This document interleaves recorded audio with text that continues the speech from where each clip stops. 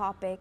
President Donald Trump says he will start sending formal letters to trade partners beginning Friday, warning them of possible tariff action if deals aren't reached.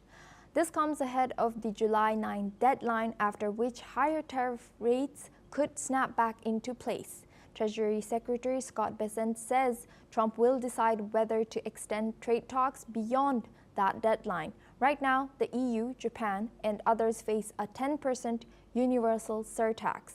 He confirmed a deal with Vietnam is finalized in principle and that the 20% tariff Trump announced won't stack on the existing levy. Bessent also met with his EU counterpart and said U.S. Trade Rep Jamieson Greer will keep negotiating through the weekend. On Japan, he cited domestic constraints ahead of their July 20th election. He warned that if countries don't move fast, rates may return to April 2nd levels, and made clear that Trump has the final say. Now we are going back to our discussion on this topic with Ross Feingold. Thank you, Ross, for staying with us. Now, a lot of countries are in pressure to reach a deal, and Japan heads to the polls on 20th July. The EU juggles internal squabbles, and Vietnam has just inked a deal in principle. How do these domestic timelines and pressures reshape each partner's bargaining power, according to you? The negotiating partner or the trade partner, they have to deal with the reality that the United States government only has so much resources at one time to negotiate with other countries.